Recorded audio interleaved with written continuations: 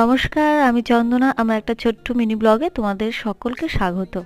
সকালবেলার দিকে রেডি হয়ে একটা নিমন্ত্রণ ছিল, সেখানে যাব বলে রেডি হচ্ছিলাম, কিন্তু ওখানে গিয়ে এমন স্বাগত পাবো কোনোদিন ভাবিনি। তাহলে চলো যাওয়া যাক।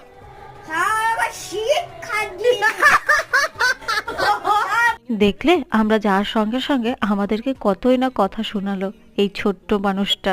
আমি গেছিলাম আমার একটা বান্ধবীর বাড়িতে, ওর আজকে ছিল আইবুড়ো ভাত, তাই আমাদেরকে নিমন্ত্রণ করেছিল।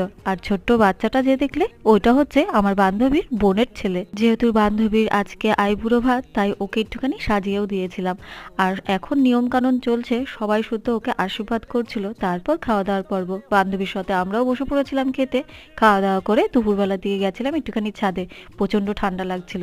সন্ধ্যাবেলার দিকে আবার ওর সঙ্গে একটুখানি খেলা করলাম।